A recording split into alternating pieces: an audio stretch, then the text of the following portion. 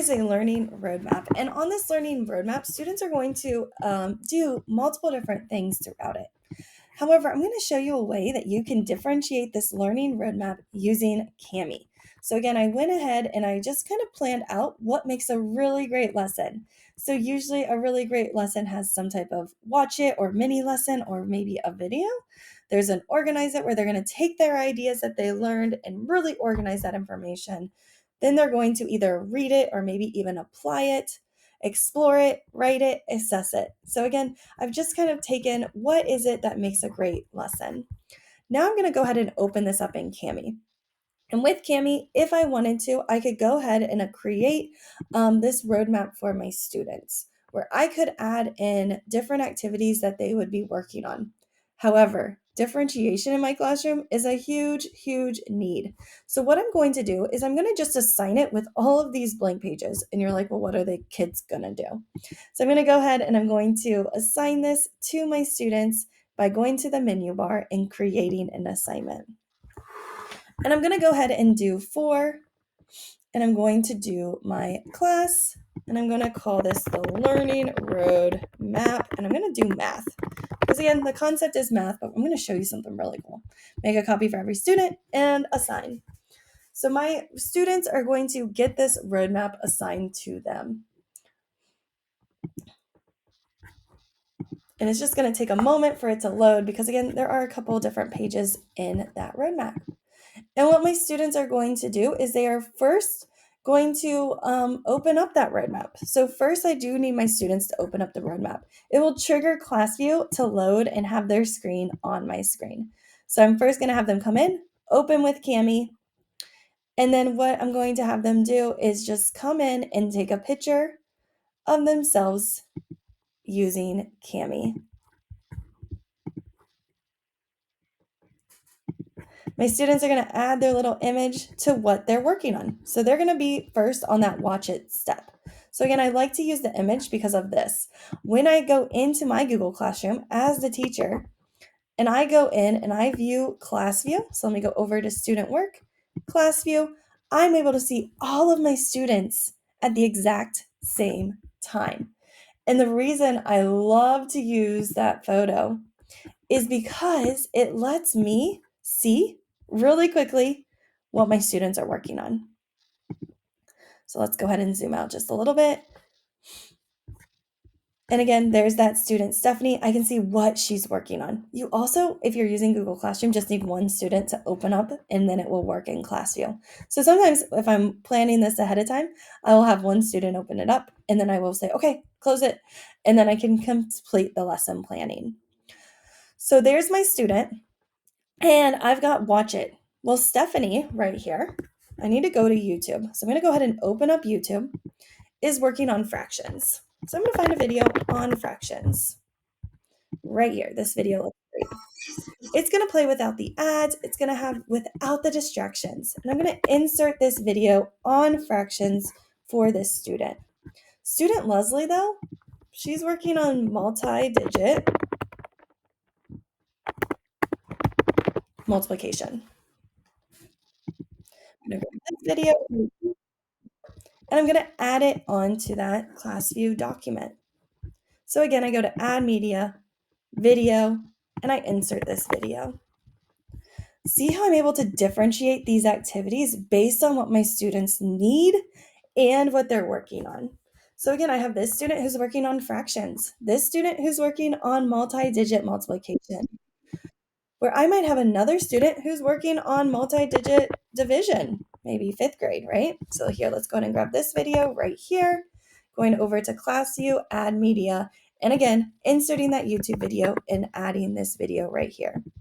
Maybe for this student, Haley, there is no great video. I can come in and record my own screen capture of what I need to teach this student and really teach them how to do math and then come back and hit that done button. So again, I have multiple different videos, multiple different ways that I can support my students learning right there. They're all doing the same activity for the Organize It. They're coming up with 3 takeaways, something that challenged their thinking, and what they plan to try. I could have also came in and grabbed some graphic organizers And maybe I wanted them to come up with like 3 different things that they learned. So again, so many great ideas when you're coming in to differentiate this activity. Now, because this student was doing fractions, they're going to read it. And I'm just going to go over to Google and I'm just going to find a fraction anchor chart. And this might be something that you have created in your classroom. And you can just take a picture of it. So I'm just going to find one that maybe I would have used in my classroom. Let me do adding fractions because I really want to do the different denominators right here. Okay, I'm going to grab this one, save it to my computer, come back over to class view, and I'm going to go to add media, my computer, find that resource. It should be on my desktop right there. Insert it. This student gets this graphic organizer. This student, though, they were learning about long division, I think, right? Is that right? I might have given the wrong one. Long division, right? So sometimes it might be helpful if you label it as a long anchor chart. And I totally should have put long in the front, but that's okay. Right there. I want this one. Okay, so now I can come back over. I can go to add media, my computer, insert that image for this student right here. And then I can also come in, delete this if I needed to. And what's going to happen is my students are going to see these resources live on their screen. So they are going to see these resources, see the multi-digit, that student's working on those live. They don't need to refresh their screen. They're going to see it as I'm adding it in real time. So let me go back. So again, I'm able to add that resource right there where I want them to really look over this graphic, and I want them to think about the different steps that they see. And maybe I realize that every student's going to be doing like the same task, but I didn't provide those directions to them. They just have like an image here on their screen that says read it. So what I can do is everybody's going to get the same directions. They're just doing something different with that activity.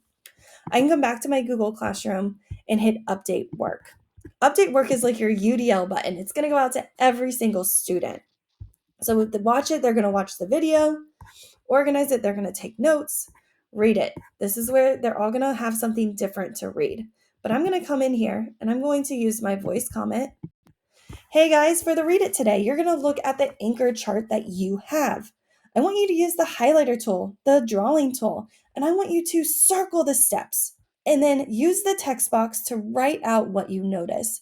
What do you notice about each of those steps? And use your knowledge from the video. Okay, can't wait to see what you find.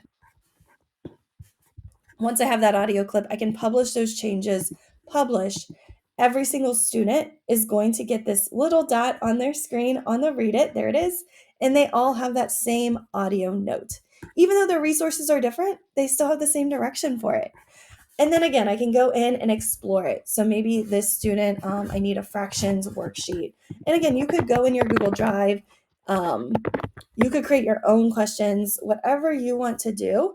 You are able to add that resource. And right here, maybe is this paper that I want my students to do. You just take a screenshot of it. You come back to Kami, go to class view. This student needs that, and I can add it right here. And then I just resize it so it's a little bit bigger for that student. Students might do this on a piece of paper, and then they could take screenshots and do a reflection about what they learned. Let's say, though, that maybe Haley is also working on fractions. I can add this same worksheet to her page, but maybe Haley is working at a different level. So let me zoom in just a little bit on her page. Right there. Okay, I'm going to come in here to the shape tool, and I'm going to use some digital whiteout. I've got my rectangle. I've got one. I'm going to fill this shape. I'm going to change it to yellow, white. I don't want her doing these questions right here. So I can actually start to differentiate as well with paper. So maybe, again, I don't want student Stephanie. I'm going to fill it. I don't want her doing these questions. So then the student just has the questions that they need to work on their paper. So again, that might be the explore it. And then the last one is write it, where they might do a word problem. They might come up with their own word problem, whatever I need my students to do. And then the assess it, they might have a quick exit ticket with 3 questions. I could also come in and use Kami questions right here and have my students answer those questions as well.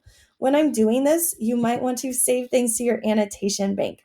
So if there's a resource that you're like, multiple students will need this, or I'm going to need it later, you can actually save it to your bank. So right here, if I click this little button, I can confirm it.